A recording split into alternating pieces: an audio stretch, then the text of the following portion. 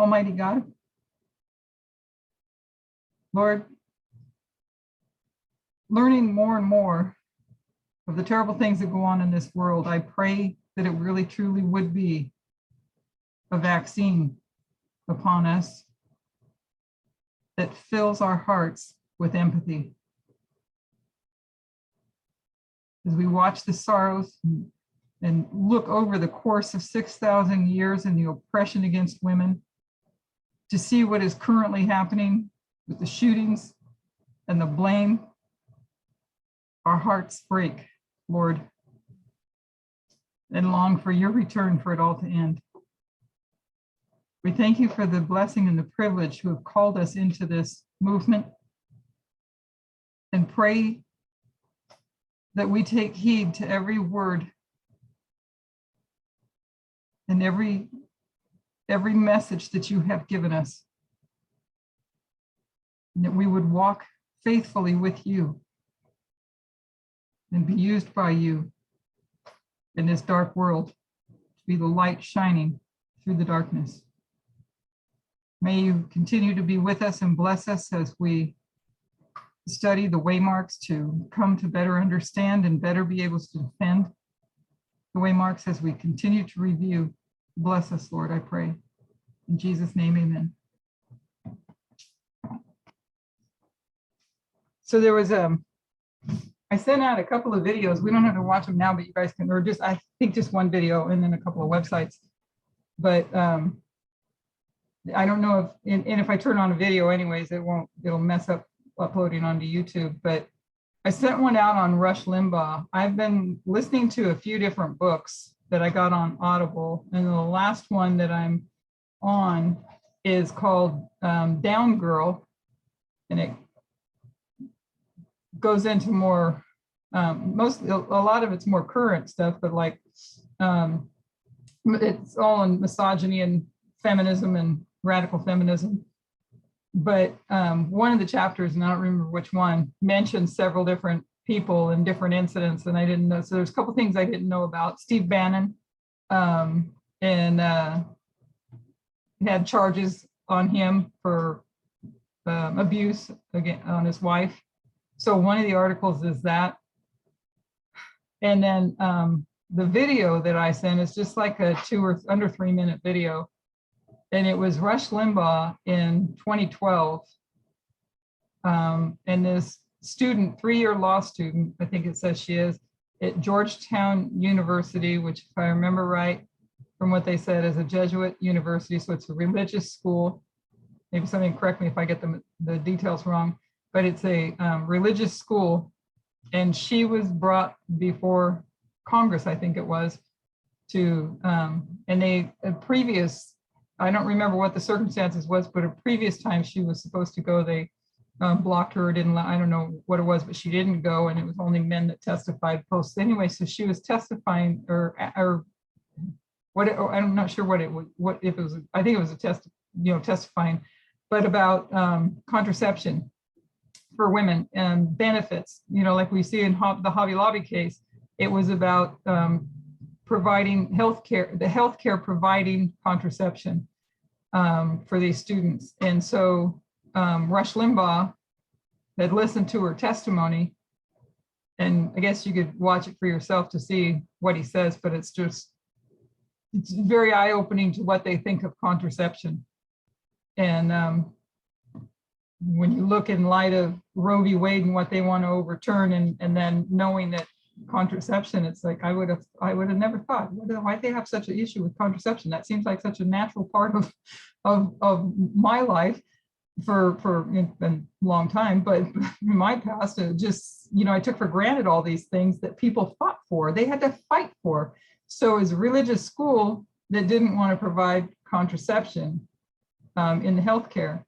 So she was testifying about this and talking about how much money they had to pay for contraception, and for them being students, how it was pretty much all the money they'd have for a year.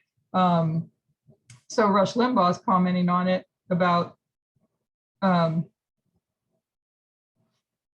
if they're having all this sex, that and we have to pay for it so that they can have sex. If we have to pay for them to have sex, what does that make us? It makes us the pimps. And then going on to say, making it worse, to say that if we have to pay for them to have sex, then we should actually get video of them having sex. It was just so disgusting. I was like, I couldn't believe that this is how they think of contraception. So anyways, that link was in there, and it was something that was mentioned in the book. And then the Steve Bannon one, the article's in there about that with him as well. And then at the end of the article, if I remember right, in the end, she dropped the charges, I think is what it said, but read the article for yourself to see. But he basically was going to ruin her if she didn't. So, and then it's like the same story all the time, the same story. And when you look at the Amber Heard Johnny Depp trial, it's the same story. And the previous wives give him glowing reports, and you have to wonder why they give such glowing reports. Maybe they don't want to have their career ruined. Maybe they don't, you know what I mean? And it's just, and it's got to stop. So anyways, that was one of the other books that I've been listening to is Down Girl. But the first one that I got, I think Christine's listening to the first one, and it was it's a brief history of misogyny, I think is the title of it. But anyways, I've been working on transcribing as well, the next one that I'll be working on, and Elder Tess was talking about going through the two streams of information and about the vaccine, referring to it again as how we need to be vaccinated from all this stuff. And it's so true, because I know that I've been ignorant of the depth of it. You know, when we first started hearing about, wearing pants, and then feminism and equality, it's like the depth of it is, and that's what I got out of, we were just talking briefly about the Vespers class, the first one. But that's what I was getting out of that from the reading, and then listening to her, is just confirming that it's this deep-seated sexism that it can be in all of us. It is, I mean, according to when you listen to her in the presentation she gives, it's in a good part of the movement, and perhaps all of us have some of it to be rooted out. And I know that myself, that I've been very ignorant to some of the depth of it. And when my first understanding of the word misogynist way back when I was involved in abuse was just the simple definition of men hate women. And it goes far deeper than that. It's embedded. It's the entire patriarchal structure to overturn, not allow women to come in power. So that brief history of misogyny goes through all these different histories, and it links. I might have said this last week, I can't remember, but it shows these connections as you go through. I'm pretty sure that's the book, but I listened to like 4 of them in the last week. But it connects the rise in equality and women's rights over history, okay, in different civilizations, different societies, and different histories. This rise of women having rights and democracy and equality, to then the misogyny coming in and not allowing them to have power. So it seems to be from what I was understanding, it's connected. And I think we've heard Elder Tess actually say that democracy and women's rights are connected. Maybe somebody correct me if I'm wrong, if I said that wrong. Anybody else? Thoughts on that? What was your last sentence? Democracy and what is connected? Gender? Women's rights. Okay, yeah. I'm pretty sure she said it. I can't remember. Yeah, you think she did too?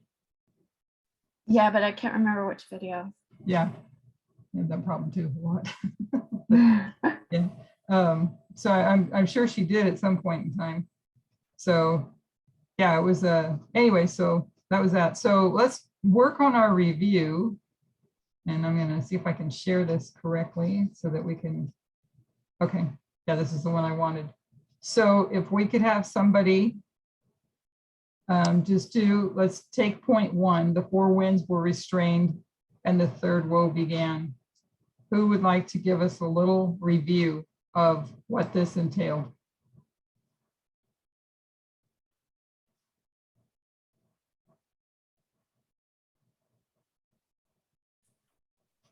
That was at 9/11?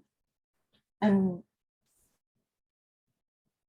I kind of get things mixed up. So the 3rd one beginning would be at 9/11 when the tower was hit, and then the four winds being restrained would be where they kind of in the Patriot Act, because it was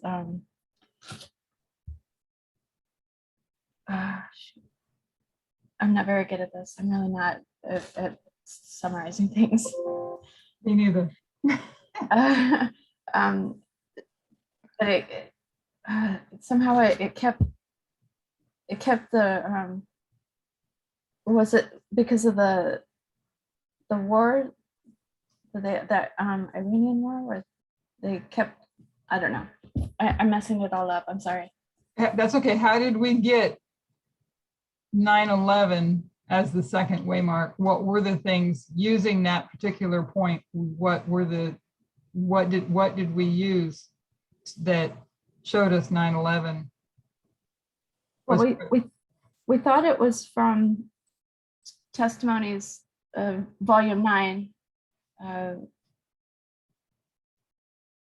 paragraph 11, so 9/11, where she talks about New York and the buildings coming down and the fire and the fire engines and not being able to put out the fire. And so we associated that with 9/11. Though, since then we realized that she was talking about the Sunday law, and we're not at the Sunday law, so it couldn't actually be that. But we've actually realized that it's the harbinger, which is kind of like a preamble to the Sunday law, kind of showing us what the Sunday law, how it could look, how it's going to look. Was it the Sunday law? It was not the Sunday law. And she was talking about the Sunday law when she was talking about those buildings coming down, but we're not at the Sunday law yet. So it was a harbinger of the Sunday law. That's what I was asking. Is it a harbinger of the Sunday law or something else? Particular point that the passenger. Oh, not the Sunday law. It's not the Sunday law. It's the close of probation. There you go. Yeah. Sorry. No, that's right. That's yeah. okay. So the close of probation, because the particular points that are made in those passages is that there was no more mercy. That's the one point that I remember. There were others, but that was the one point that was brought out, is that there was no more mercy. So if there's no more mercy, then you've already passed the close of probation. So correction to the video and the recording. So she was referring to the close of probation when she was talking about the buildings falling, and that was a harbinger for the close of probation. Sorry, my bad. Where did we get the 4 winds were restrained and the 3rd woe began? How did we get that? The 4 angels are restrained. It's mentioned in Revelation 7:1. And it says, and after these things, I saw 4 angels standing on the 4 corners of the earth, holding the 4 winds of the earth, that the wind should not blow on the earth, nor on the sea, nor on any tree. And verse 2 says, and I saw another angel ascending from the east, having the seal of the living God. And he cried with a loud voice to the 4 angels to whom it was given to hurt the earth and the sea. Verse 3, saying, hurt not the earth, neither the sea, nor the trees, till we have sealed the servants of our God in their foreheads. And so now, you have, go ahead, sorry. So you have 4 winds being restrained. You have an angel ascending from the east. So, and it says hurt not. So we have the first part of the third woe, which is hurt, they're mentioned. Where do you get that from? Same verse 2 says, verse 3 actually says, saying, hurt not the earth, neither Okay. the sea nor the trees. Yeah. Okay. Historically, though, rather than going to the Bible, where do you get it in history? Where do you get this? What are the four winds? So the four winds represent the radical Islam, which was restrained August 11th, 1840 in the Millerite line. Okay. And what else happened in that history, August 11th, 1840? So the four winds were restrained. What is that? What was that related to? The number 4 means worldwide event. So it could signify worldwide at August 11, 1840. What in relation to the third woe? Was the so when we bring down the Millerite line, the empowerment of the first angel's message at August 11th, 1840, bring it down, and that coincides with our history of restraining the radical Islam of 9/11, and that was the third woe. Okay.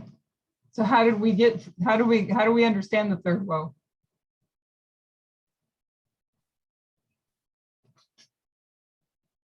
The third woe is the first woe plus the second woe equals the third woe, which is the history that we're living in now is the third woe. And the first woe, the first part of the third woe has happened at 9/11 to hurt.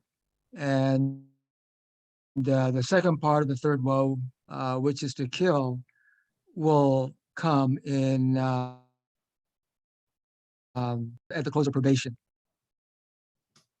So why is it important to be able to do this from history rather than the Bible?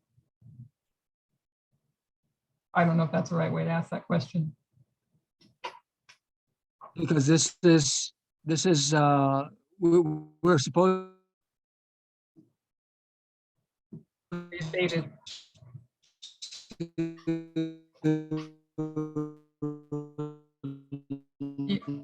learn and teach and learn the methodology of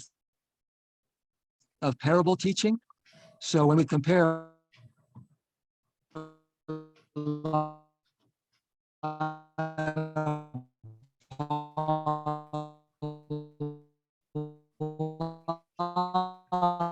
You have a really bad audio issue tonight. Are you there, Phil? You have a really bad audio issue for some reason or another. not parable definitely. Can you hear me now? Yeah, it was doing something really weird, like dragging really bad, I think is what it was. So Okay. it's not necessarily the volume thing this time. It was dragging like an internet issue. Internet issue? Okay. I'm not sure, but I like hearing what you have to say. So I think I got part of what you were saying. Well, we got the third woe, is this first and second woe. The first woe plus the second woe is the third woe. First woe was to hurt.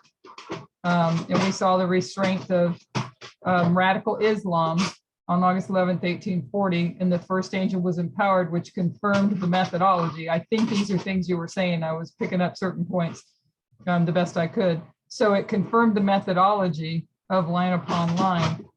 So you have the empowerment. Yeah. Okay. So you have the empowerment of the first angel, and we'll leave the second angel out right now. But and so you can go to Revelation 7 and show that, you know, that's where these verses are. But we also need to be able to show line upon line, because that's what's going to have the power to demonstrate to people that we share these things with, power to share the truth with them. So the verse itself, if you don't know where to put it, it can mean anything to somebody. So, so hopefully that was helpful. And I mean no harm by anybody that's putting in, because I would be the same way. Only because I've been digging into these things finally that I can answer some questions right, and I've been so bad about it for so long. So so anyway, so that's the four winds, and you're correct on that, Gloria. The four winds, and they come from the four corners of the wind, so we know it's worldwide. But it is radical Islam. And one point that I think you may have said it in the garbled part that I couldn't hear, but the restraint was not 9/11. When was the actual restraint? Anybody remember that? Is it November 9th? Yeah, November 9th of 2001. Right. And what was that restraint? Because November 9th. I'm thinking the Patriot Act, but that wouldn't have been worldwide. No, it was a battle, and hopefully somebody here remembers and can place it, because I don't have it on the top of my head. It might have been in the study. I can't remember. I think it is in this study. Let me try to breeze through here. I'm pretty sure he mentions it in this study. You can get stuff out of the garbage all the time. Paper. Wasn't it somewhere in Afghanistan? It's Something? called Yes. the battle. Yeah. Yes, it's called Mazar-e-Sharif, November 9th. Okay. Okay. Yeah, and I might have passed it. And what happened on that day? A battle? It was in That was Afghanistan. the first, yeah, the first city that they took, I think. So who's they? The United States? Yeah. Yes. Is that when Bush was on that ship and said that, announced that he defeated them?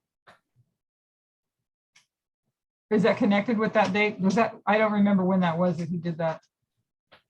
No, I don't remember that date at all. Okay. I just had that note down about the battle. Oh, good for you. Thank you. Okay, so. Thank you. So it was November 9, 2001, and I've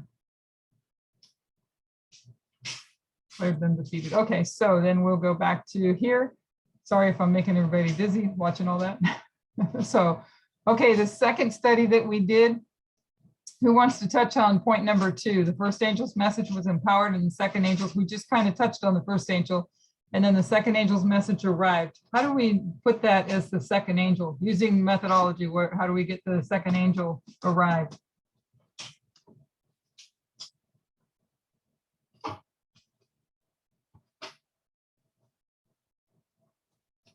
We got the empowerment.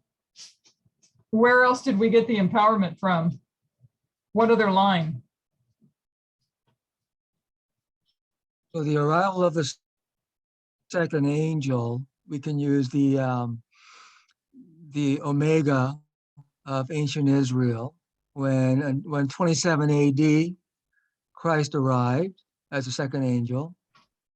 And we can also use the Great Controversy line, a summer of 1844,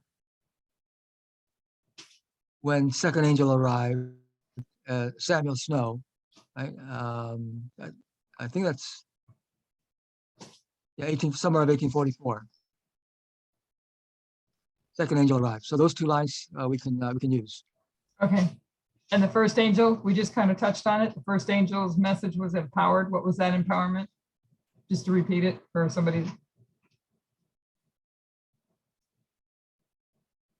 For our line, it was the line upon line methodology, and for Miller's line, it was the date for a year methodology. Okay.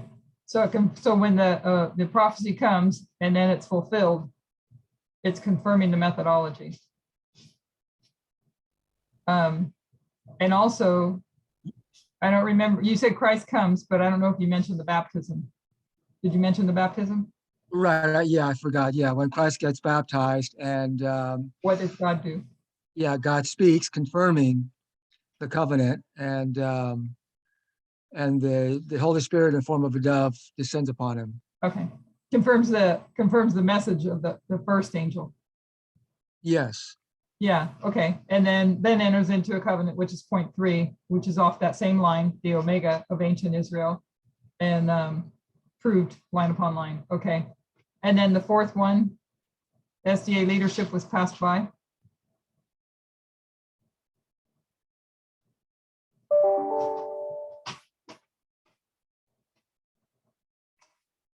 What do we know about that? Where do we see that? What line do we see that on where the leadership is passed by?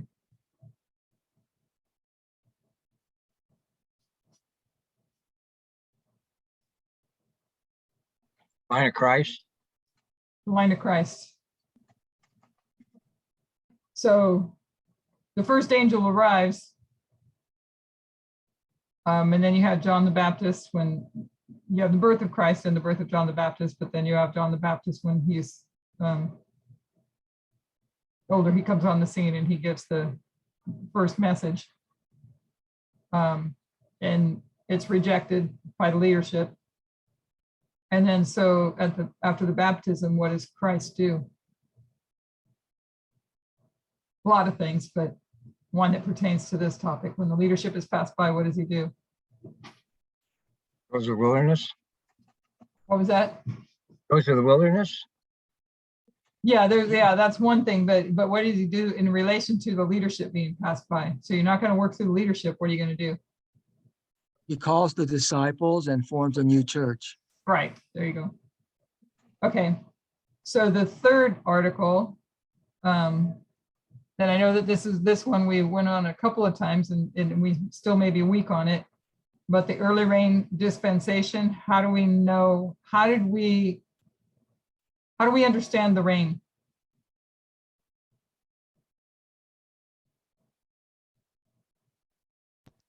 That it comes in 2 parts. Right, comes in 2 parts.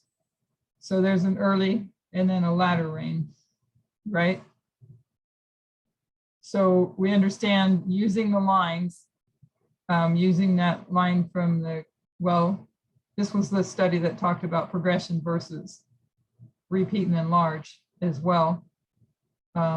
So we had a couple of different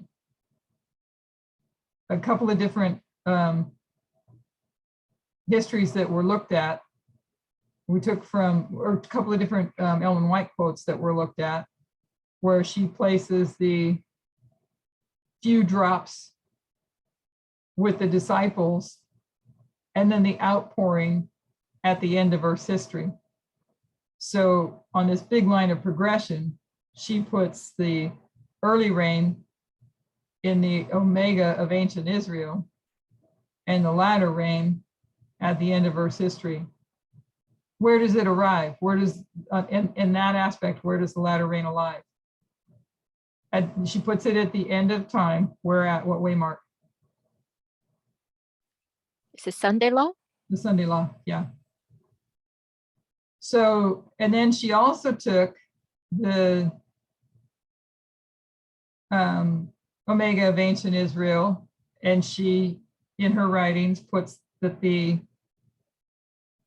when he breathed at his ascension, he breathed on them the Holy Spirit that was like as a few drops, I think is how she says it. I might have my quotes mixed up, but she describes it as a few drops. And then, and for the plentiful outpouring was Pentecost. So we see on that line that there was an early rain and a latter rain. We see on the line of progression, the early rain is in the Omega history of ancient Israel, and the latter rain is in the Omega history of the 144,000. So what do we do when we see that the rain comes in 2 parts? When I don't know if I asked that right. We see a line of progression. What do we do with that?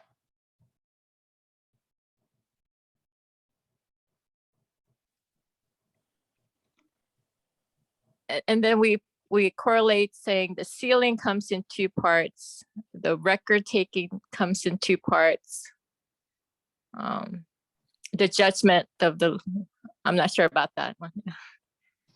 Yeah, the judgment we saw, Well, we saw there's a judgment, and I kept mixing it up, but the judgment of the dead began in 1844. And the sealing, or the judgment of the dead begins in 1844, which on the line of the Great Controversy, if anybody remembers the Great Controversy in the line of Adventism, what waymark is 1844 on that line? Does anybody remember? 1844, that's the second waymark. Right. So we can take the characteristics of 1844 as well as August 11th, 1840, and put them at 9/11. So if the judgment of the dead began in 1844, then the judgment of living begins at 9/11. The record-taking aspect, as Gloria said, it comes in two parts. The first, the note-taking, because you can't have that judgment without first there being a record. So the record-taking begins at 9/11 for the 144,000. So what about the second angel?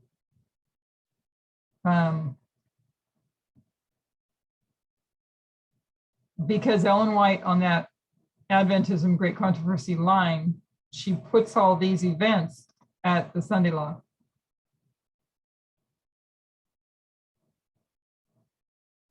Why is it that we can take them from the Sunday Law and put them at 9/11?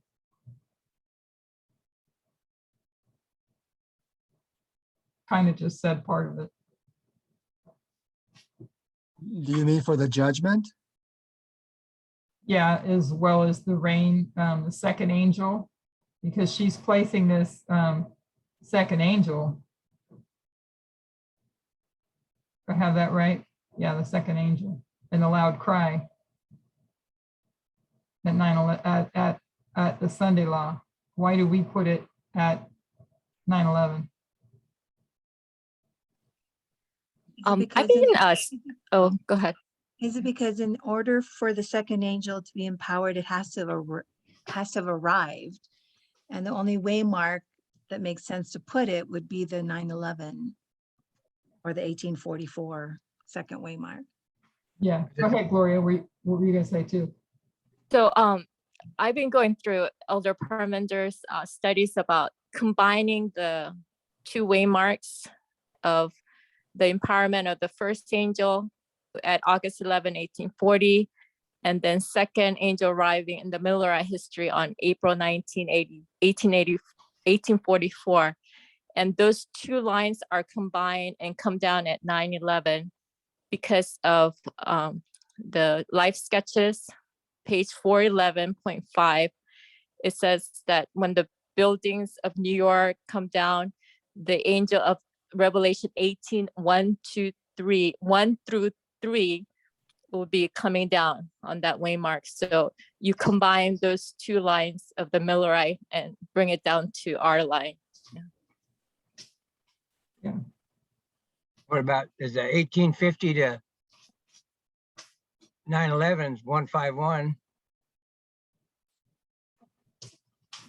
Yeah, that comes later, but yes. Yeah.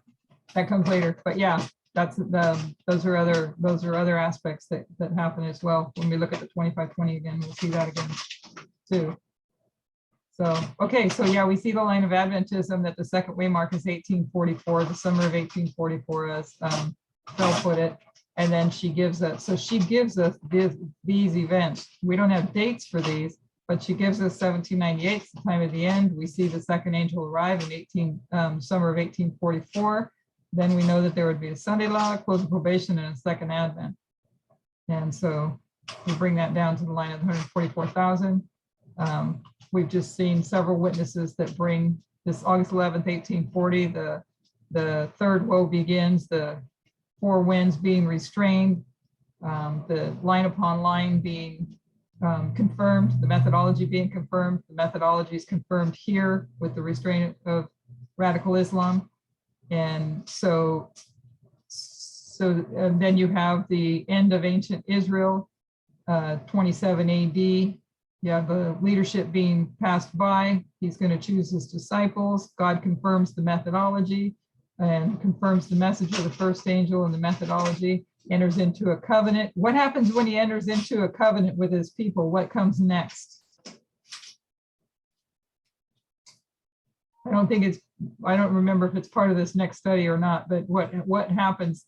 So in 27 AD, he enters into a covenant, and what's he going to do? Or at 9/11, he enters into a covenant with his people. God enters into a covenant. What do the people begin to do?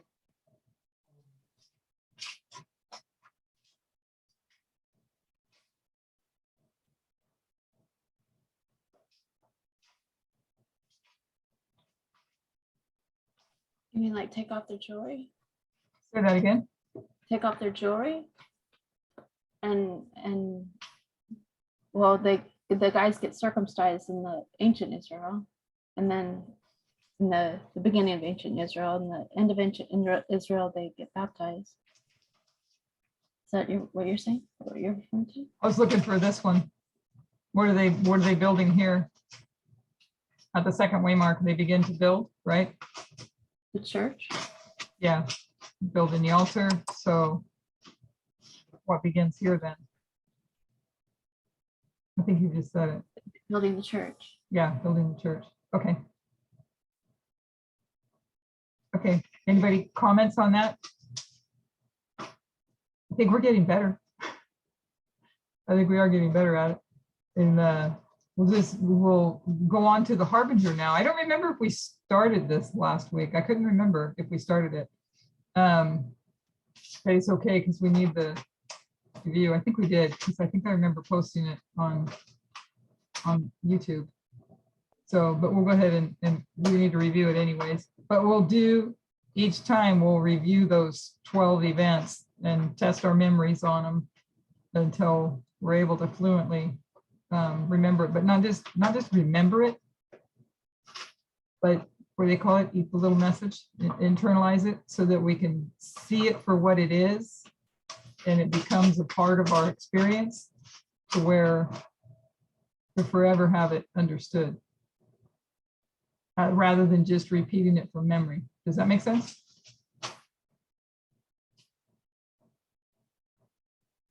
Okay, so this one Totally makes sense. Okay. I mean, that's what helps me to Yes. when it becomes part of my experience. So the Harbinger, the building of the temple, and which we just talked about, and the third angel's message, and the tarrying time. So in this fourth and final article on the prophetic characteristics of 9/11, we'll attempt to place the events in New York in their proper prophetic context, try to understand how and why the third angel's message arrived, and trace the laying of the foundations of the temple and the tarrying time from 9/11. So third angel's message, what we're looking at is that the third angel's message arrives at 9/11. So if you remember in part 3 of this series, we said, while the loud cry is a warning to the world of the close of probation, 9/11 was a warning to the church, the 144,000. The church has to be warned first so they can prepare to then warn the world. First the church, then the world. In 1989, God began to cut the stone of Daniel 2 out of the mountain. He began to call his people out of Laodicea and into Ephesus. At some point, God would have to warn them unequivocally who they are called to be, what their job function is, and to have them fully understand the time they're living in, the timeline of the 144,000. So God's people would have to come to understand who they are, fully understand who they are, the time they're living in, and they're living in the time of the 144,000. God could not reasonably do this before he'd proven his methodology and movement. He would need to confirm this first. So we have seen already how at 9/11, God confirmed that this movement had the true last day message and methodology. With that accomplished, he could then use that message and methodology to warn us that the close of probation, Daniel 12:1, is to be expected within our timeline. And as we have seen at that point, we have no excuse to disbelieve it. So line upon line is confirmed, the methodology, parable teaching, it's confirmed. And therefore, going forward, there's no excuse to disbelieve it. So at this waymark, 9/11, God can send a harbinger warning us that the close of probation will be in our lifetime. It has to be an event, as Ellen White clearly states, that there would be events transpiring under the first and second angel's messages, and that was 7 BC 971.6. Each waymark is always linked to an internal and external event. Thus, the events of September 11, 2001 were a harbinger of the close of probation, and we already discussed that part of it. So please note that just as the first angel's message in Miller's time warned of the judgment of the dead on October 22nd, 1844, the first angel's message for the 144,000 warns of the judgment of the living, which we have seen starts to be investigated at the Sunday Law Waymark. So we see the record taking beginning and then the investigating at the Sunday Law Waymark. However, the judgment that 9/11 is warning of is the executive judgment of Daniel 12:1, so they should not be confused. The harbinger was the falling of the Twin Towers in New York, as Ellen White says she saw in vision towers in New York falling at the close of probation. When we, as a movement, take the prophecies of Testimonies, Volume 9, page 11, and Review and Herald, July 5th, 1906, paragraph 14, or Life Sketches 411.5, we're taking a narrative which belongs at the close of probation. This is their original intent, and we are making application to 9/11 and saying 9/11 was a harbinger of these prophecies. A harbinger has to have a similarity to the event it foretells in order to achieve its purpose. When the wise men saw the star in the east, Matthew 2:2, they apparently understood it to be a harbinger of the star out of Jacob. Numbers 24:17, which is actually a prophecy of King David, not the star over Jerusalem and Bethlehem at the birth of Christ. Thus it is the wise at the end of the world who will understand the harbinger and its likeness to the actual event it forewarns. So the arrival of the third angel, does everybody understand the harbinger? Then? Is there anybody that doesn't understand the harbinger? Thank you, Christine, for helping me to know how to ask the question.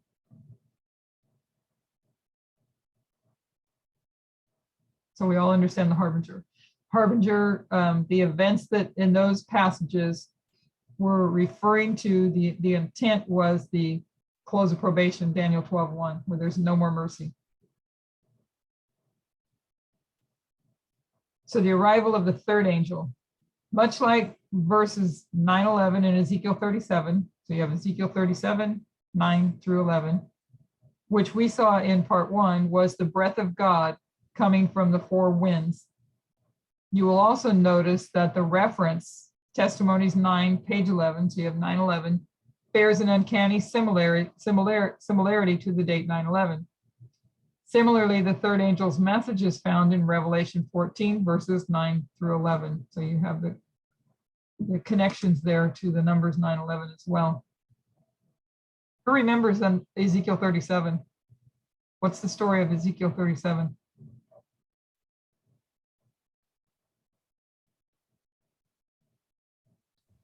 It's not the two sticks, is it? Yeah, It's 38, is it? yeah, when you get to the two sticks. Yeah, let's pull that up real quick. We won't go as far as the two sticks, but, and you can see when I pull this up, right? Yes, that's correct. We can see Ellen White's writing. Okay. Where was I want to go? Ezekiel, right? Fast I forget what I'm doing. Okay. So the hand of the Lord was upon me. We're going to look at 9 to 11.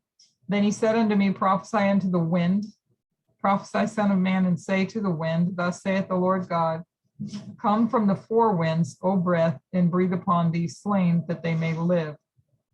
So I prophesied as he commanded me, and the breath came into them, and they lived, and stood upon their feet, an exceeding great army. Then he said unto me, son of man, these bones are the whole house of Israel. Behold, they say, our bones are dried, our hope is lost, and we are cut off for our parts. So we see this exceeding great army being breathed on, right? Breath comes into them.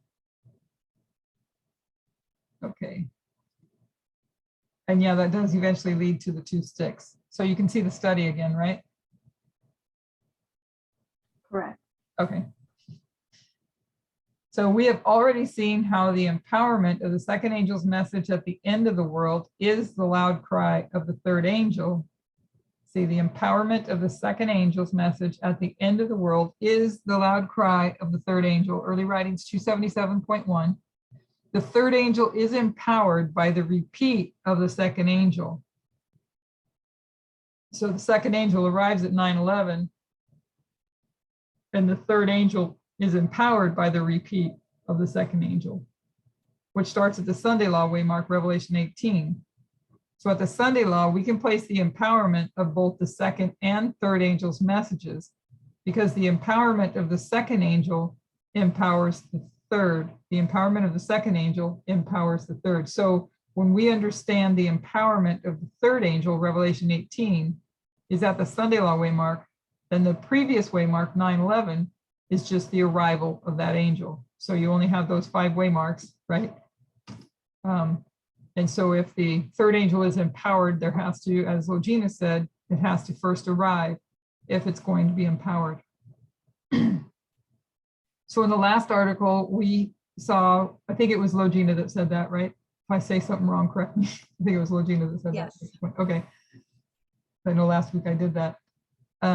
Okay, so in the last article, we saw when the second angel repeats at the end of the world, it does so in 2 stages, and we talked about that too.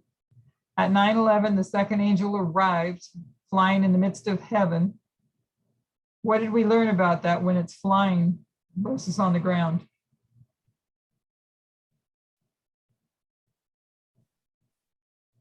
When it's flying. Arrival. it's- Oh, go ahead. Arrival. Yeah, when it's flying, it's arrival, and when it lands on the earth, it's empowered. Right, okay. So at 9/11, that second angel arrived flying in the midst of heaven. And at the Sunday law, it's empowered.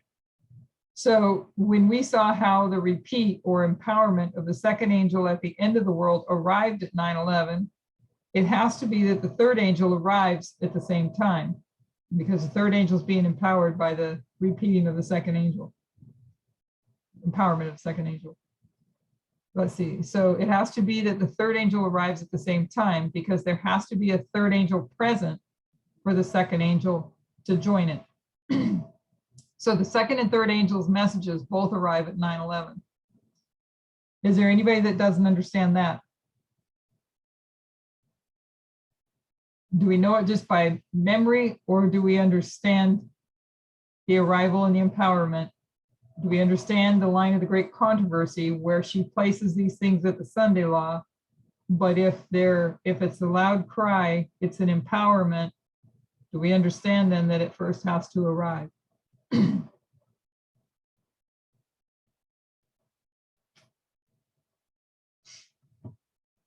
Okay, so we saw the repeat or empowerment of the second angel at the end of the world arrived at 9/11. It has to be that third angel arrives at the same time, because there has to be a third angel present for the second angel to join it. So the second and third angel's message both arrived at 9/11. And this must not be confused with the line of the great controversy, which demands that the second and third angel's messages arrive in the summer and then October 22nd, 1844, respectively. So the line of the great controversy, we see the second and third angel's messages arriving in the summer and then October 22nd, 1844.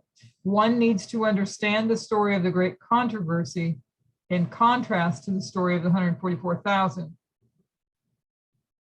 To appreciate this distinction, 1844 saw the arrival of those angels in history. 9/11 saw the arrival of those angels for the line of the 144,000. So how do we define that? How did they arrive in 1844 and then they arrive for the line of the 144,000?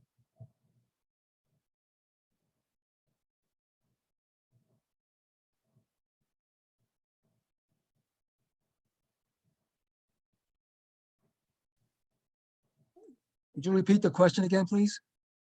Yeah.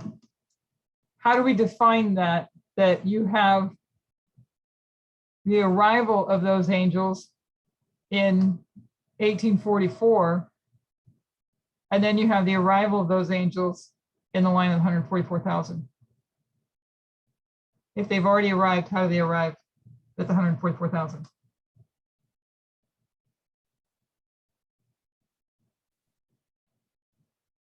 (1844) is the second waymark, and 9/11 is the second, and 9/11 is the second waymark of 144,000. What was one of the points that we went over in the notes last week?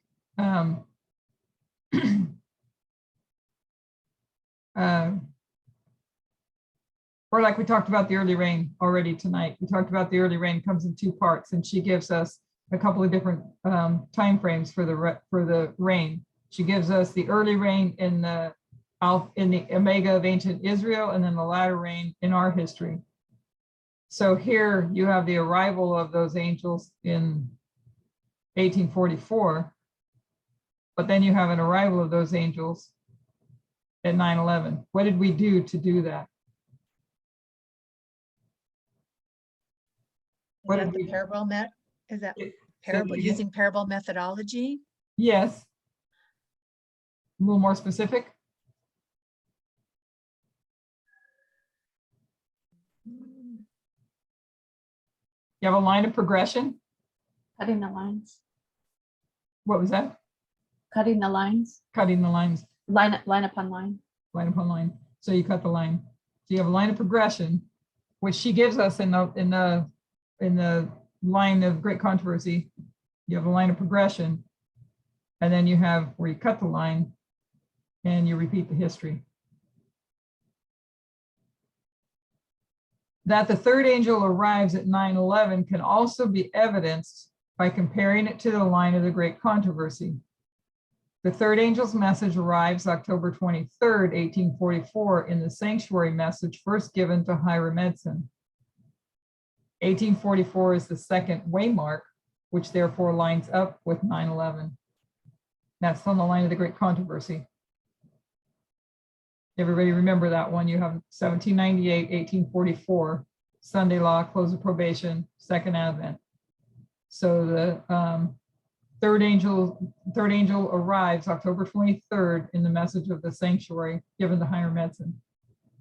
1844 is the second waymark, which we know lines up with 9/11. This is illustrated in the diagram in the first article. So what happened at 9/11 that constitutes the third angel's message? If you remember, we said a message can be empowered when its prediction comes true. In its simplest sense, the third angel's message is the Sunday law. We know the Sunday law waymark is the empowerment of the third angel's message because that prophecy or that prediction comes true. So when on the line of the 144,000, was it predicted that the Sunday law will be fulfilled in our time? If you remember, 9/11 saw the confirmation that this message and methodology are true.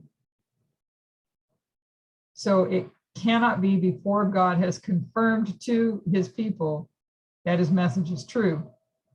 So it can only be from 9/11 that God's people could confidently predict the Sunday law waymark would be in their time.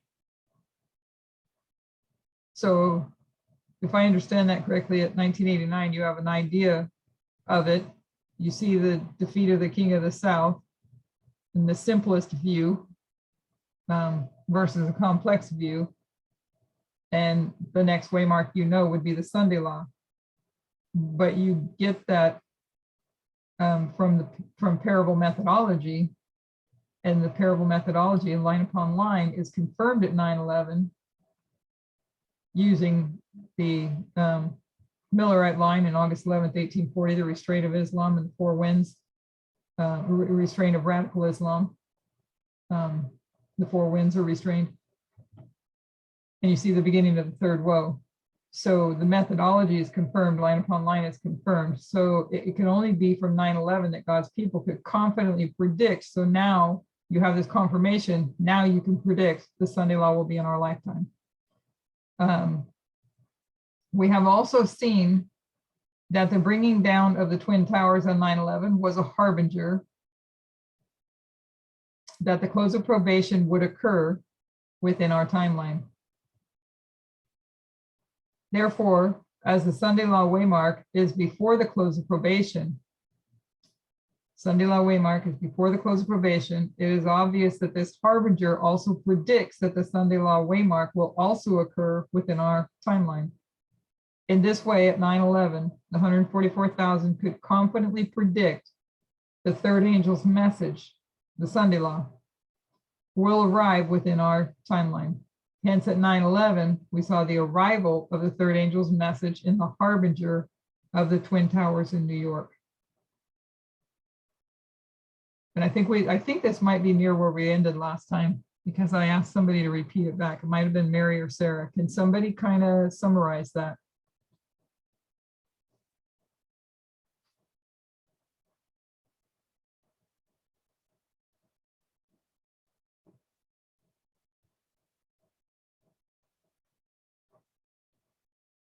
Or read through it again and see how well you understand it. Somebody want to read it again? I can. Just the last paragraph. Yeah, that paragraph, if you remember. If you remember, we said a message can be empowered when its prediction comes true. In its simplest sense, the third angel's message is the Sunday law. We know the Sunday law waymark is the empowerment of the third angel's message, because that prophecy or that prediction comes true. So when on the line of the 144,000, was it predicted that the Sunday law will be fulfilled in our time? If you remember, 9/11 saw the confirmation that this message and methodology are true. So it cannot be before God has confirmed to his people that his message is true. So it can only be from 9/11 that God's people could confidently predict the Sunday law waymark would be in their time. We have also seen that the bringing down of the Twin Towers on 9/11 was a harbinger that the close of probation would occur within our timeline. Therefore, as the Sunday law waymark is before the close of probation, it is obvious that this harbinger also predicts that the Sunday law waymark will also occur within our timeline. In this way, at 9/11, the 144,000 could confidently predict the third angel's message, the Sunday law, will arrive within our timeline. Hence, at 9/11, we saw the arrival of the third angel's message in the harbinger of the Twin Towers in New York. So can you try to, I might need you to read it as we try to go to the, move, beep, beep. Oh, geez, it's gonna stay in the way. Okay. You see the board okay? I gotta flip my monitor up, huh? Yeah. Okay, we can see the top of it. Okay, You might have to pin your board. yeah, thank you. Thank you. Pin or spotlight? I don't know if it makes it- Spotlight, spotlight. Yeah. Pin just makes it for me, right? Yes. Okay, so what we need here, we can work on this later. I want to get that line of the great controversy up here.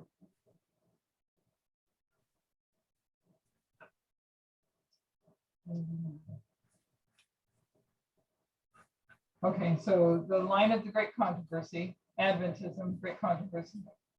She gives us time at the end, right? 1798, And what's this one? 1844. I'm cheating. Huh? I'm cheating because I'm looking at the document. No, that's okay. Okay. The next one's Sunday law, Okay, close of probation, the second advent. And then after, in between, after the Sunday law, in between there is the loud cry. right. Okay. So we get all of these waymarks, but dates on these ones from Ellen White in the Great Controversy. Right. And she tells us that the Sunday law is at the end of the world, right? Right. You have the loud cry. So you have the third angel empowered here. So if the third angel is empowered here, what does that mean? It has to arrive. It has to arrive. And the waymark back here is this one. We know that it's the arrival of the second, and it's also the empowerment of the first. This is the first angel reviving. Okay, so the third angel, she tells us that the second angel is repeated at the end of the world. So it's the loud cry, so it's the empowerment of the second angel. I hope I'm saying that right. And but it's when it's repeated, it's how does she word it? It's the third angel. So the third angel and the second angel are there at the same time. Excuse me. Yeah, You got the first angel empowerment at 1840. I thought it was 1840. first angel empowerment. It depends on your line. Yeah, Oh, so- okay. he might Yeah. be right. He might be right that that shouldn't be showing there at that waymark. I don't know. Well, on the Adventism line, the Great Controversy line, they show up in two different places. Yeah, right. It doesn't have the angel, so we're looking at a different purpose. So I don't know if it can be there at that for that purpose. Right. I think it's empowered like a few months later or something like that. So I don't remember if it's in that paragraph. If it is, if you could read it to us again, it talks about the second angel being repeated. Where did it read? Where did it talk about the second angel being repeated? If you can read that part. So I did a search on repeat. It's not in the tarrying time from 9/11, is it? No, because we haven't got to that topic yet. Oh, right. All right. I'm gonna say repeated. Okay. Oh, you said repeated. Okay, let me do a search on that. Repeated. Okay. Wasn't it on Okay. early writings 277, something like that you read? I think so, if you can find that. I don't have the paper notes in front of me to read. So if I think Christine has them, right? You have them in your hand, right? Yeah, I'm looking at the fourth one. Right? Yeah, the fourth one. And we just read it. It was either in that paragraph or just a few before. It talks about the second angel being repeated at the end of the world. And it empowers, it's the second angel that being repeated that empowers the third angel. How about this? I got in the last article we saw when the second angel repeats. Does that sound right? I think so. Okay, so in the last article we saw when the second angel repeats at the end of the world, it does so in two stages. at 9/11, the second angel arrived, flying in the midst of heaven. So, so it's 2A. And at the Sunday law, it is empowered. So 2E. So when we saw how the repeat or empowerment of the second angel at the end of the world arrived at 9/11, it has to be that the third angel arrives at the same time, because there has to be a third angel present for the second angel to join it. So the second and third angel's messages both arrive at 9/11. Okay. So we see that the second angel repeats at the end of the world. Read that part of how it connects to the third angel again. So when we saw how the repeat or empowerment of the second angel at the end of the world arrived at 9/11, it has to be that the third angel arrives at the same time, because there has to be a third angel present for the second angel to join it. There, that's the part that I was looking for. Okay, so the second angel has to be present because the third angel joins it. Is that how that said it? Did I say that right? I'm thinking that the 2A to 3A, because it says because there has to be a third angel present for the second angel to join it. Yeah, well, they both arrive at 9/11 and they're both empowered Okay. here at the end So of the this- world. So they're together. Uh-huh. For the second angel to be repeating, the third angel has to be present. And it's repeating, it's the loud cry, Revelation 18:1, it's the loud cry, and she puts that at the Sunday law. So we know that she puts that at the Sunday law, that this repeating is with the third angel. So if they both if they're both empowered here, then they have to have first arrived. Right. Everybody- So, yeah. So these, the paragraph that comes after it makes it a little bit more confusing, because the way I read it is that what you're doing here is for the 144,000, but not that line, the great controversy. Otherwise, I'm getting all confused, because it says You're this must not be confused with the line of the great controversy. Yeah, you're right. I'm on the wrong line. So yes, we have the arrival here and we have the empowerment here. I was on the wrong line. Okay. But that is the end of the world. This would be the end of the world. The line of the great controversy would be the end of the world.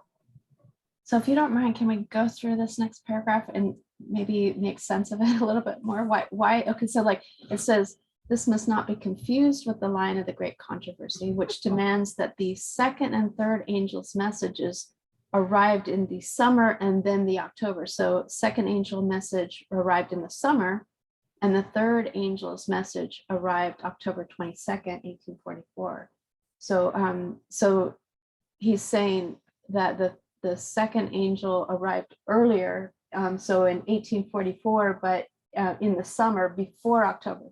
So that 1844 is, if that's, so put on your thing, October 22nd, 1844.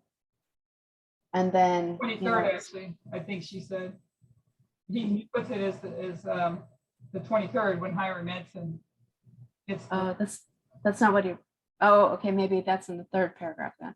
yeah, Because he says the second and third angel's messages arrived in the summer. So the second angel in the summer, and then the third angel October 22nd, 1844, respectively.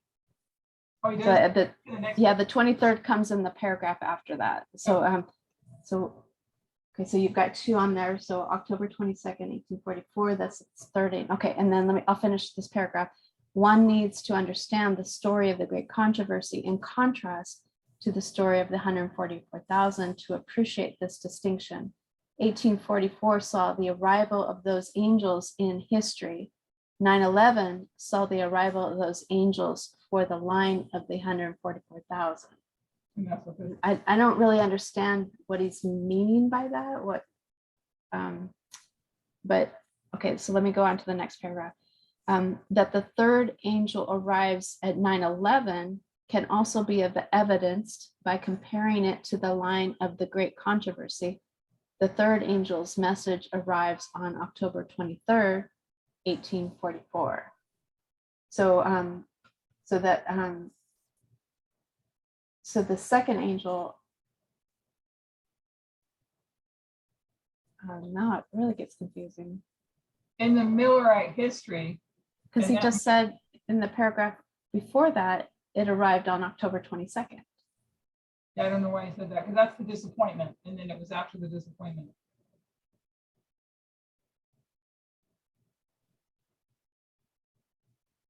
Okay, well, he's saying two Sure. different things in the different paragraphs then. Is it the first sentence in that first paragraph, this must not be Yeah, there's confused. a reason that he distinctly says the 22nd, and then he says the 23rd. Yeah, We can ask him if there's a reason why he said that, because I don't know. maybe it's a typo. Okay, so that for now. Okay, I don't know for sure, so. okay, But anyways, we'll leave that at 1844. But what we did see on this line though, in 1844, you have the arrival of both, just on different dates. Right? uh-huh, The summer and then October. right. Okay, so they're here and Uh-huh, they're going to repeat at the end of the world, uh-huh. which she says is the Sunday law. So we come down to our line, and this is where she says that the Sunday law, that they would repeat. The second angel would empower the third. It can't empower what isn't there, so it's empowering the third.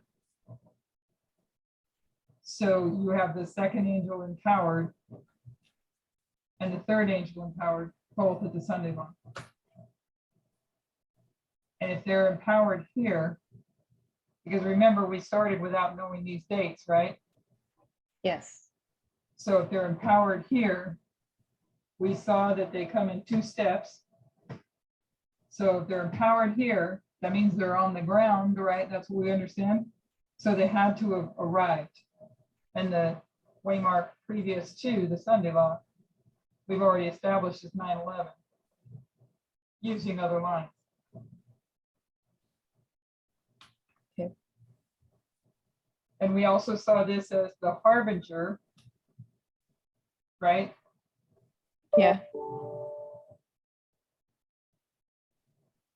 Using 9T in my sketches and one other one, if somebody remembers what the other one was. But I think the life sketches was based on, it was Review and Herald in life sketches.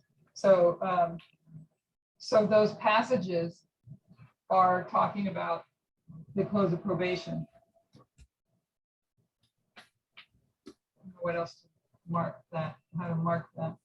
Those passages are talking about the close of probation, where the 4 winds would be loosed, right? 4 winds would be loosed. And we saw that in the Millerite history, we've gone through, how do we know that the 4 winds are radical Islam?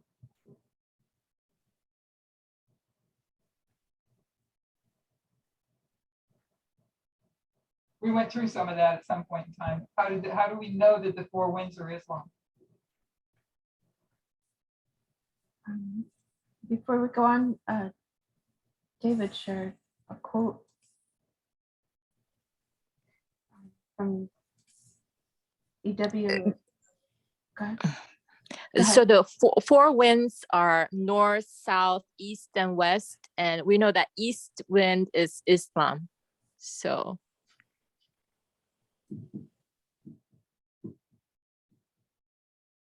Yeah. So the 4 winds, talking about the 4 winds being restrained. He puts it, and I don't remember which study it was, probably the first one. Because I always thought that you had the 4 winds and one of them is the east. And I think he puts all 4 winds as east, but she also has passages that talk about the 4 winds being the destruction and death. The and angry. famine.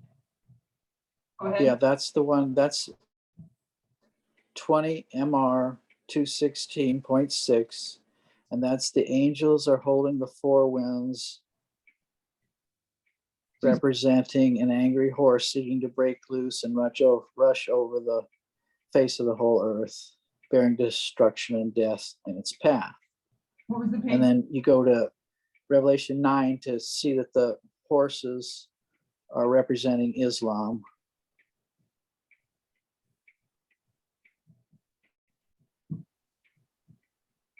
What page was 20 MR? 216.6. Okay. Revelation 9, you have the horses or Islam going to the woes, right? Yeah, Okay. What yeah. about Ishmael?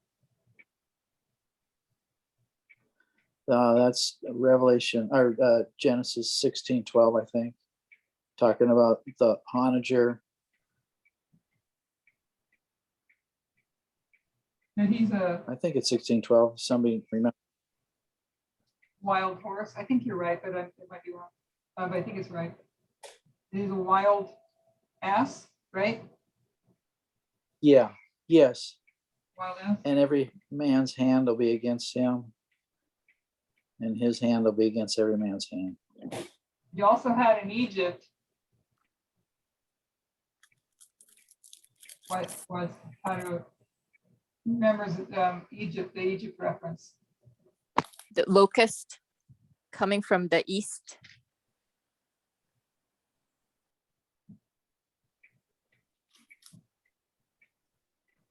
Okay.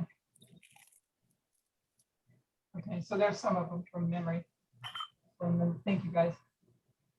So more evidences of those four winds and this being the letting loose of those four winds, which are an angry horse seeking to break loose to bring death and destruction. She says other things about the four winds, and I don't know if anybody can research or search real quick, but the four winds being also famine, the sword, famine, and pestilence, or something like that. Maybe somebody remembers that. But anyway, so those four winds are going to be let loose at the close of probation. And those passages, 9T, Life Sketches, Review and Herald, are all talking about in referencing those the New York towers being when there's no more mercy. So no more mercy here. So we know that those passages are talking about this history, not this history. So we have taken and made an application of 9/11 being a harbinger. So if the strike on 9/11 on the United States was a harbinger, it's the prediction of what this is, right? When those winds are fully let loose.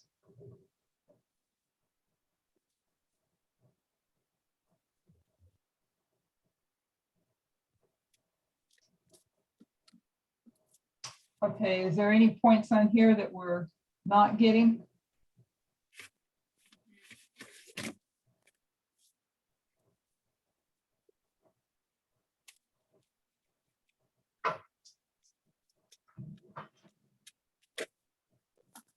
Okay, so let's go back to share screen.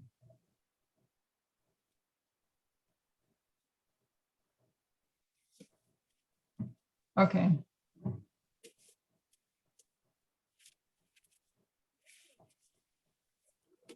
And this is just what you just read.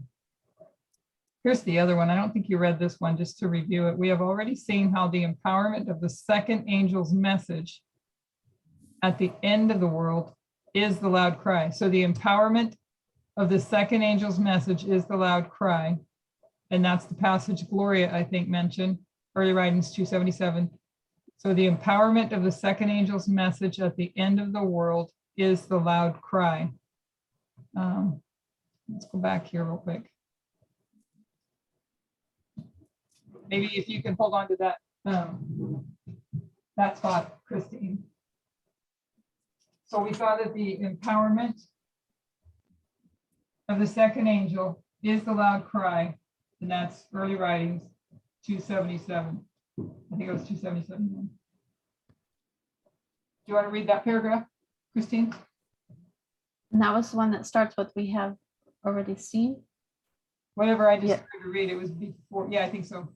We have already seen how the empowerment of the second angel's message at the end of the world is the loud cry of the third angel.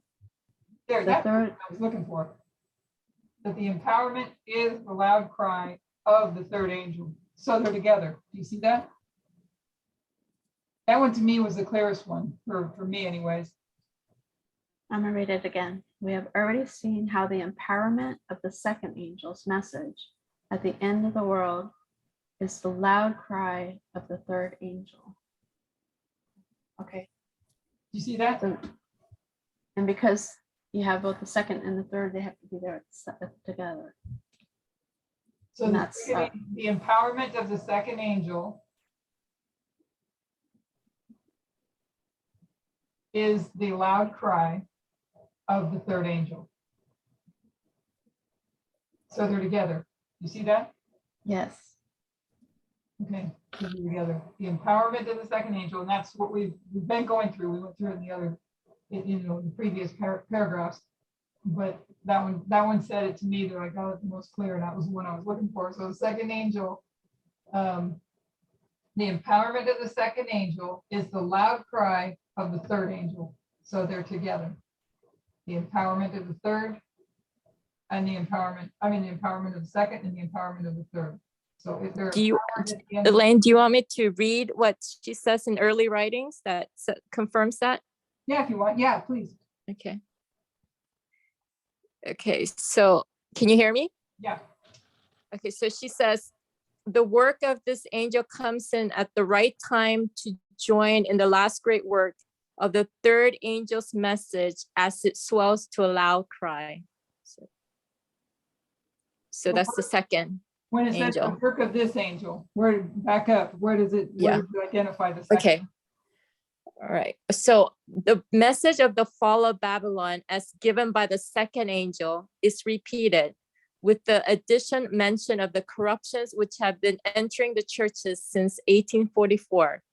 The work of this angel comes in at the right time to join in the last great work of the third angel's message as it swells to a loud cry. Okay, so she identifies it two ways. She says the fall of Babylon and then identifies it as the second angel and connects it with the third angel. Early writings 277. Paragraph 1, right? Yes, yes. Okay. Okay, and that makes the loud cry at the end of the world. But we saw that if there's an empowerment, there has to be an arrival. Same with what we saw with the rain. You see that the rain comes in two parts, the second angel comes in two parts, third angel, we see that too. So it comes, there's an arrival and then there's an empowerment. And she puts the empowerment at the end of the world at the Sunday law. Thank you for reading that. Okay. And we see that she puts it in here with Revelation 18 as well.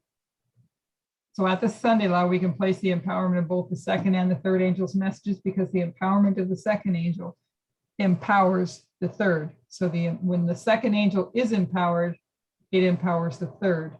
So we understand the empowerment of the third angel, Revelation 18, is at the Sunday law waymark. Then the previous waymark, 9/11, is just the arrival of that angel. Okay. So I think we are here. Is there anybody that does not understand that? If we can go over it again, it's okay.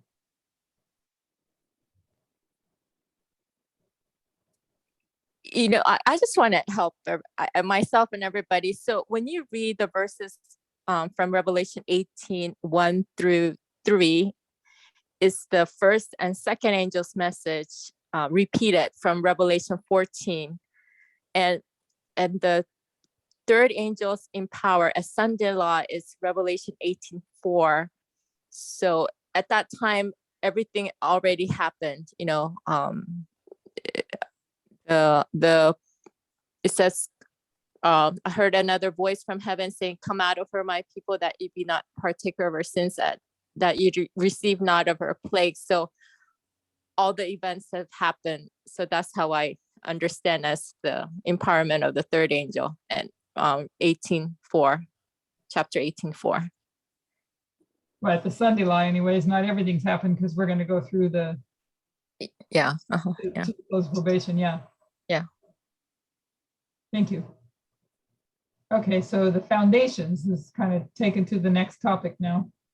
If we've got the empowerment, the third angel, we did the harbinger. And then we just did the third angel. The empowerment of the third angel is the empowerment of the second angel empowers the third angel at the loud cry. So we went through that and the harbinger. So now we're going to do the foundations laid from 9/11. So if you again refer to the lines pictured in the first article, you'll see that 9/11 lines up with the building of Noah's Ark, the building of Elijah's altar, and when Jesus begins to build his temple or church on earth. In the agricultural model, the field has been cleaned and plowed and is ready to sow the wheat. All these parallel the foundations beginning to be laid at 9/11 on the line of the 144,000. So we have right here, we're looking at, he's just referencing the building of the ark and the building of the altar. And then beginning to lay the foundations of his church. And does anybody remember how we get the foundations of the church being laid? I know of one particular passage that I'm thinking of in my mind. How do we know that that this is the beginning of Christ building the church?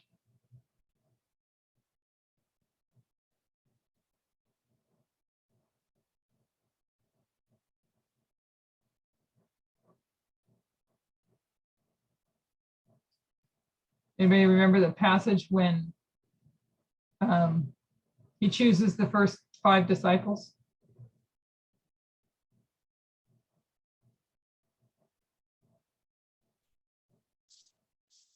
I don't know where the passage is at.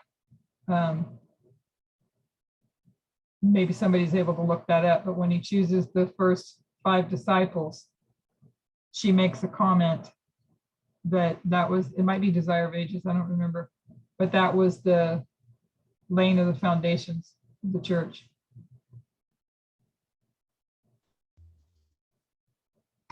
Okay, so all these parallel the foundations being laid at 9/11 and on the line of the 144,000. So Noah's Ark represents the church on earth as a ship, is a symbol of a church, Acts 27. In Matthew 4:18-19 and 13:47-48, a fishing boat symbolizes a church, which the fish are to be gathered into. So when Noah is called to build the ark at his second waymark, this parallels God calling the 144,000 to build the temple, or Ephesus, the church, from 9/11. The laying of the foundations, however, is not the first stage of construction. As 9/11 is the second waymark on our line, it would therefore be preceded by a preliminary waymark in the model of construction. This would be the cutting and shaping of the stones from the quarry. So from 1989 to 9/11, the stones are quarried and shaped. The building of the temple from 1989 has 2 witnesses to draw testimony from. The building of the temple in Ezra's time and the 46 years it took to build the Millerite temple from 1798 to 1844. So you have the building of the temple in Ezra's time, the natural, you have the spiritual and the spiritual. So you have the natural 677 BC, the captivity of the 2520, and then 457 BC is the building of the temple.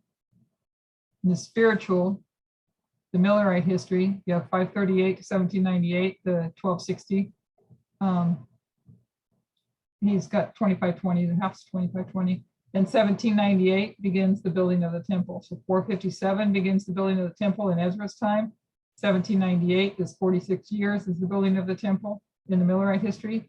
So in the spiritual, 1863, you have the 126, brings you to 1989, time of the end, and the building of the temple. 1989, we know that the stones cut out, and then 9/11, the foundations are laid. And isn't Daniel 2 part of that as well? Daniel 2, not Daniel 2, I'm thinking of the stone. Yeah, Daniel 2. So this cutting out of the stones illustrated in the blue diagram above complements the model in Daniel 2, where the stone begins to be cut out of the mountain from 1989. In Daniel 2, however, the stone is fully cut out at the Sunday Law waymark rather than at 9/11. So the stones, let's see that the stone is fully cut out of the Sunday Law, cut out at the Sunday Law waymark. So we know that from looking at the lines as well, 2 calls to the church and the building of the church. So the stones, because the Levites join the priests, and so the stone is fully cut out in Sunday Law is shipwreck, right? Rather than at 9/11. The cutting out of the temple stones also lines up with the plowing, where the blade of the plowshare cuts line upon line into the field. Then at 9/11, the field is ready for the early rain, the messages of God. So the stones being quarried and perfectly and carefully shaped represents the doctrines of line upon line. Daniel 11:40-45 and parable methodology, particularly natural to spiritual and alpha omega. Or methodology is like the stones being prepared for the temple. So you have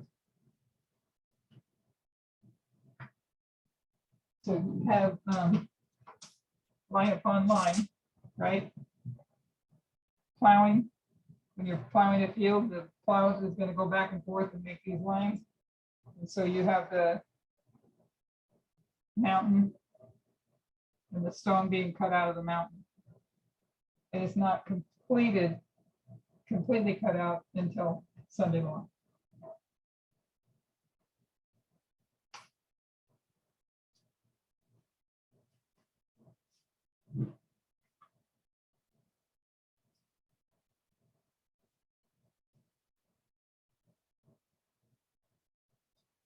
And the stones, let's see, particularly natural to spiritual and alpha and omega, our methodology is like the stones being prepared for the temple. And that would go with what we've seen earlier, that the methodology is like the stones being prepared for the temple, because the temple is going to begin to be built at 9/11. And at 9/11, what did you have happen with the line upon line methodology?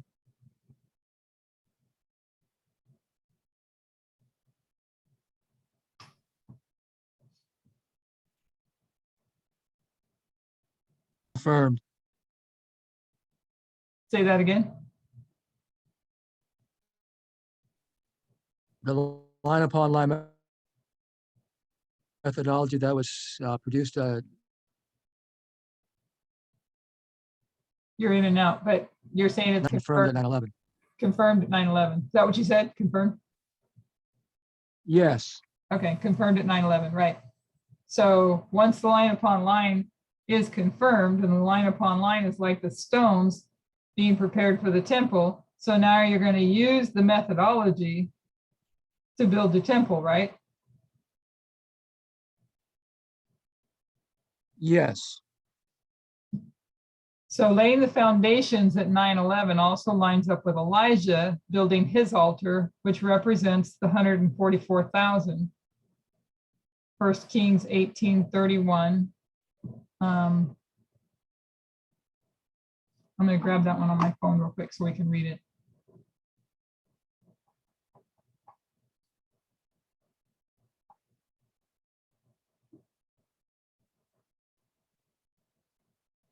Just a second.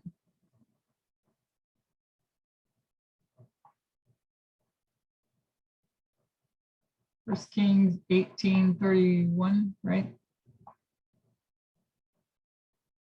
And Elijah took 12 stones according to the number of the tribes of the sons of Jacob, unto whom the word of the Lord came, saying, Israel shall be thy name. So those stones, he's marking as 144,000, the 12 tribes. So 12 barrels of water were poured out in 3 distinct steps. First Kings 18:33-34, representing the rain of the 3 steps of the 3-step prophetic testing messages of God. While Elijah's stones represent God's people, our foundational stones represent doctrines. So Elijah's stones represent God's people. Our foundation stones represent doctrines. Figures sometimes have 2 or more different significations. That's Miller's rule number 10. So while stones can represent God's people, which make up the temple, 1 Peter 2:5 and Daniel 2:34, in this study, we have applied the foundational stones to the foundational doctrines of this movement, which is still a correct application. So an application to God's people and an application to the doctrines. In fact, one can see how the foundational doctrines or stones are the mechanism by which the 144,000, which are the stones, are made up. So they're made up, the foundational doctrines are the mechanism by which the 144,000, the stones, are made up. So you have the doctrines of stones and the God's people are the stones. And the doctrines are what the mechanism that makes up the people. As God gives each doctrine, his people who accept them become his temple. When Jesus gives you a message, you're required to eat that message, and thereafter you and the message become one and the same thing. If the temple is being built by foundational doctrines being laid, they must be received by God's people at the same time. So God builds his temple by his people accepting the doctrines. So as we accept the doctrines, that's the temple being built. Us. This is also illustrated by the wheat, God's people absorbing the rain. The messages of God are becoming one. So you have the rain, the people absorbing the rain, or the messages, they become one. And the stones and the doctrines become one. And it's the building of the foundations of the temple. Lastly, we have already seen how Jesus' baptism at 27 AD parallels 9/11. We went through that in the second study, I think. So we've seen how Jesus' baptism at 27 AD parallels 9/11. After his baptism, he tarried in the wilderness for 40 days and only then proceeded to build his temple or church on earth as he began to teach his message and choose his disciples. So what did we just add here?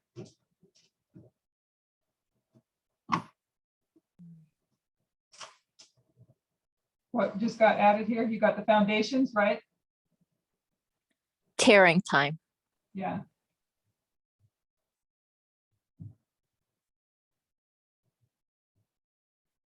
So you have the tearing and the foundations.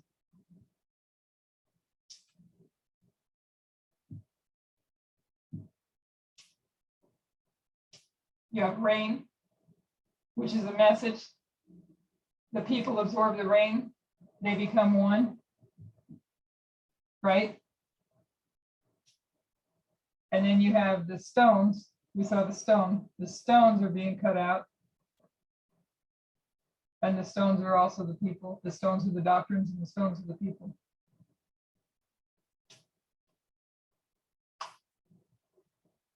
Okay.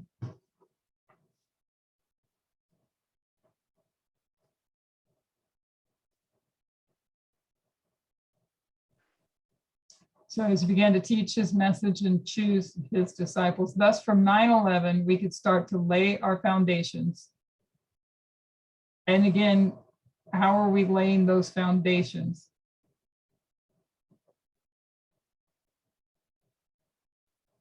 what got confirmed at 9/11, Line upon line. line upon line. So we're laying the foundations, line upon line. So however, just as Christ did not start to lay his foundations until after the wilderness, this movement did not start to lay our foundations until after 2004. This is where Elder Tess identifies the laying of the foundations as this is where it actually began, as in 2004, the doctrine of 9/11 was first publicly preached.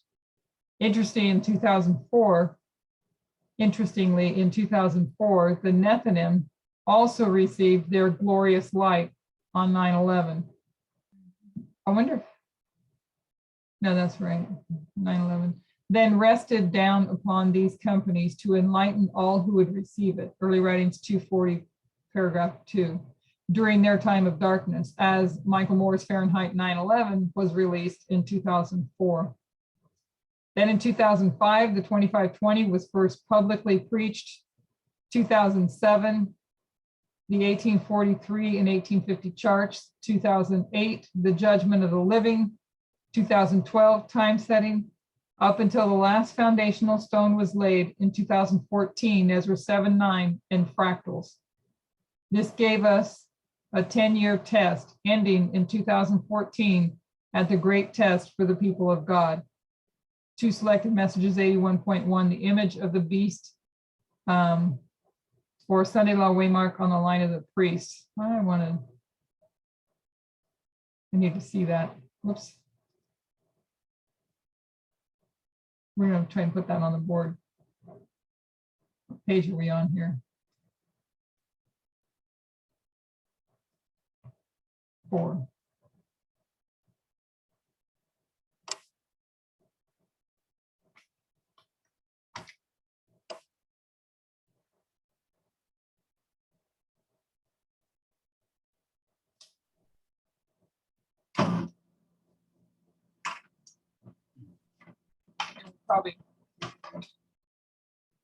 Probably finish with this and then pick up next time.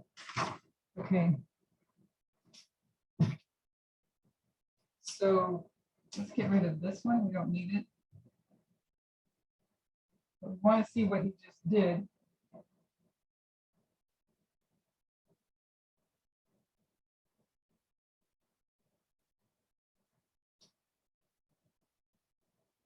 We're not going to have enough room up there. And he ends at 2014, right?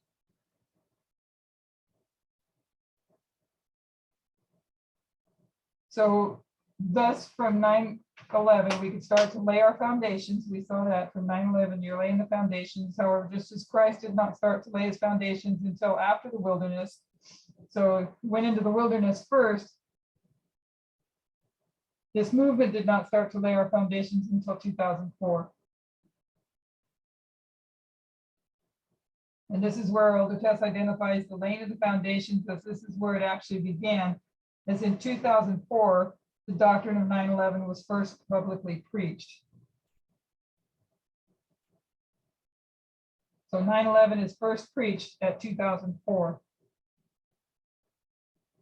In 2004, the Nethinims also received their glorious light on 9/11, which then rested down upon these companies to enlighten all who would receive it during their time of darkness. So the Nethinims, that's why. Okay, so the Nethinims are in their period of darkness here, but they received their glorious light in Fahrenheit 9/11.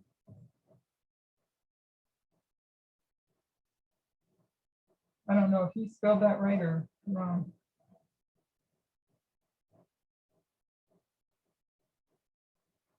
So the glorious light for the Nethinims.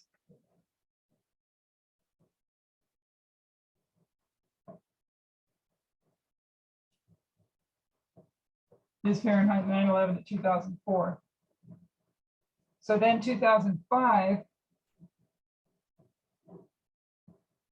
yeah, the 2520 is first comes out public. 2520.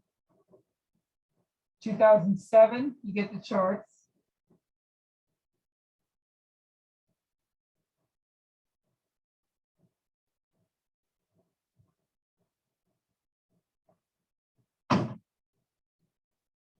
2008, you understand the doctrine, you understand the judgment of the living.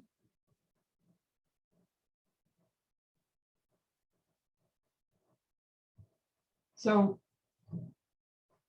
we know that began here, but we didn't know that here.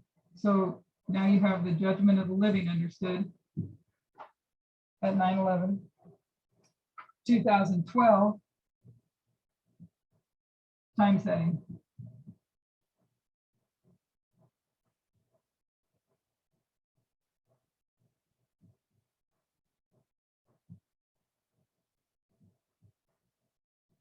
So the foundations are being laid. Elaine, I have a question. Yeah, So the judgment of the living starts at 9/11 right.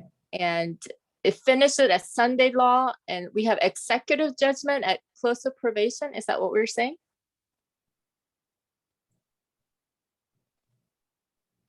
Or is it the judgment of the living at Sunday law and the executive judgment at the close of probation? We have to go through and review it again to make sure we say it right, because the judgment of the living came in two parts as well. You had to have first the record keeping. Okay. Record keeping was 9/11. Before that judgment can begin. And if I understand correctly, then that judgment begins here.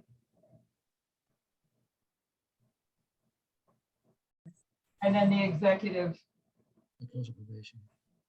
punishment, if that's how you say it, if I have that right. We might need to review that.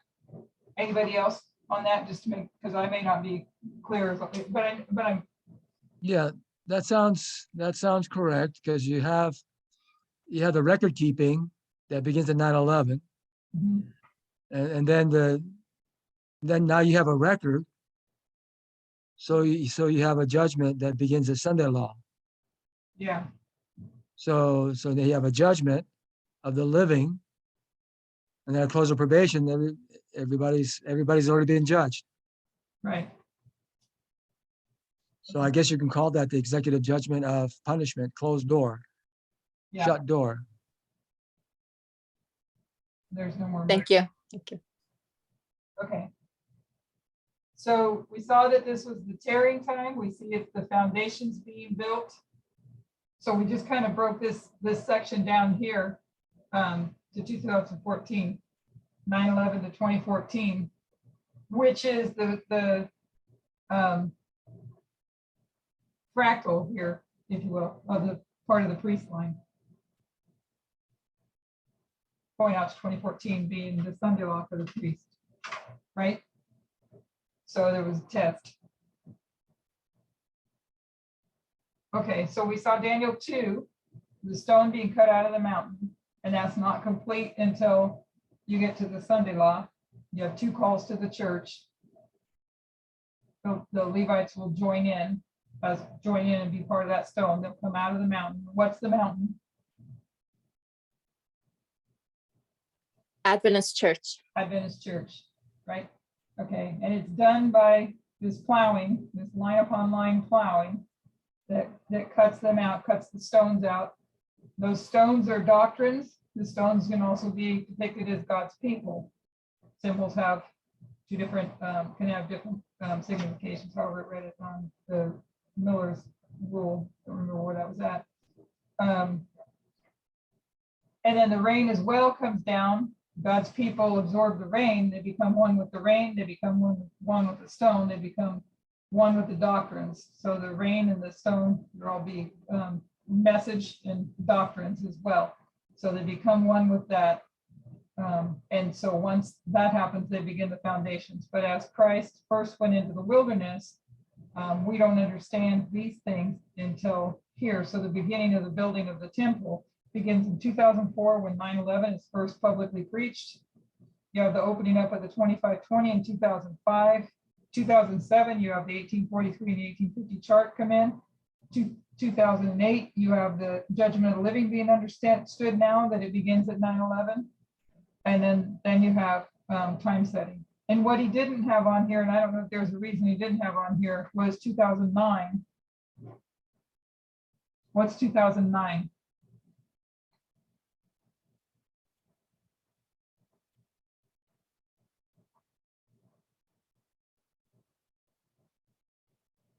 2009, isn't that when he, although the 2520 was brought up in 2005, 2009 is when Elder Parminder made that video expounding on the 2520. Right. Revealed, is that what it was called? 2520 revealed. Okay, so you have 2520 revealed. That leads you to time setting. And then a test, the great test, which your eternal destiny would be, that's marked in here. The great test for the people of God. The image of the beast or Sunday law waymark on the line of the priests.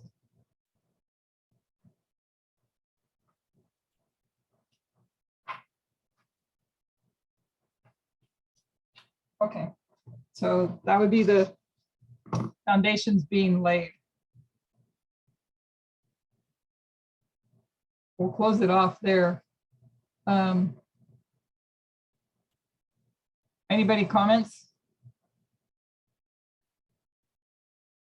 I have a question. When you're reading that, I didn't catch it. What was the 10 years from 2004 to 14? What did she call that? I don't know that she did. It was talking about 2004. Let me see where it wrote, where he wrote that. It was in that paragraph somewhere, I thought.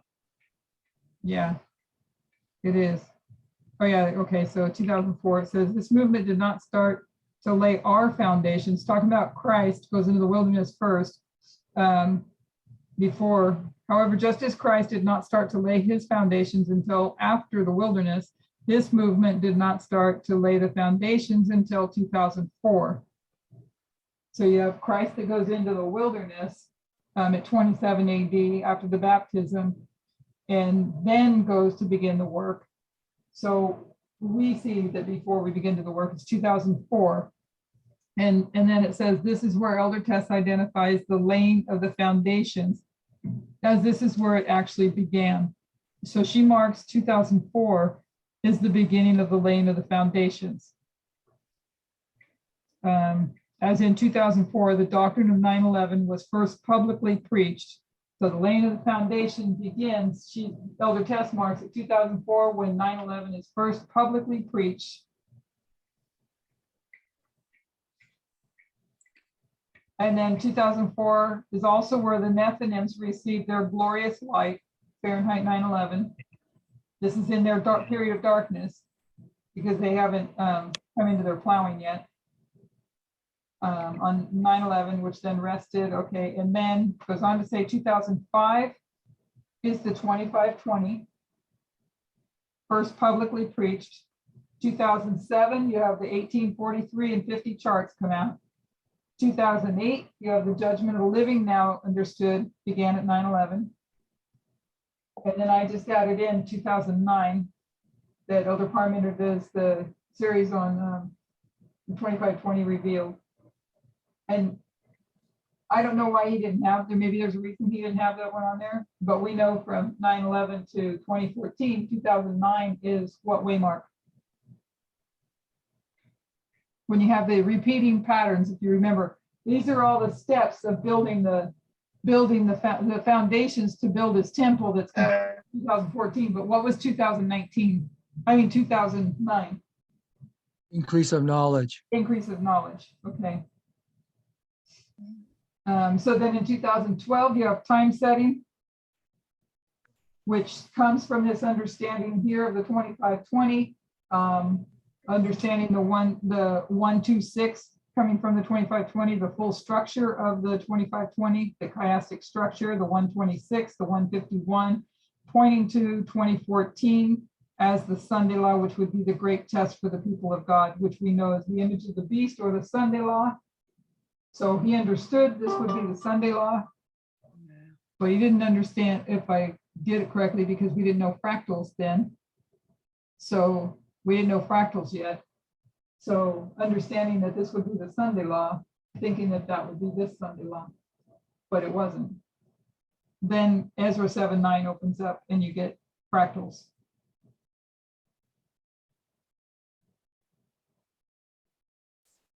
Okay. I'm really liking this. I hope you guys are too. I hope it's helping. It's helping me. Yes, it's definitely helping. Helping. Okay. So once again, next week or whenever we do this again, go ahead. Okay, so Friday we have nothing because because your presentation and Francisco's presentation was able to do it in one instead of two. And so Francisco was scheduled for Friday, but he's done. So Friday's empty. Okay. So if you want He did both of his? Did I miss that? it was all put together as one presentation, Uh-huh.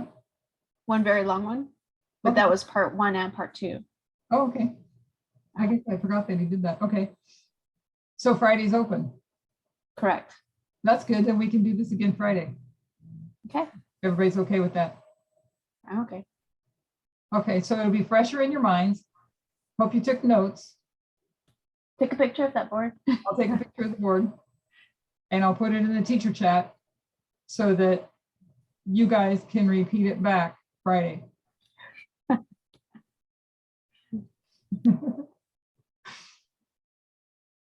We'll keep Helping. repeating it. It's helping. Yeah, we'll keep repeating it until we get it. Oh. Lori, would you like to close us in prayer? Late night for you. Yes, I will. Can we bow or kneel if we can? Dear loving God, thank you for this waymarks and these foundations that you have laid for us. Help us to understand the importance and the date and the times that we may be able to teach others. Give us wisdom to know how to go about. May you continue to bless our fellowship. May you continue to bless Elaine as she leads this fellowship. And may we have a good night's sleep and help us for the rest of the week and be with us. We pray in Jesus' name, amen. Amen.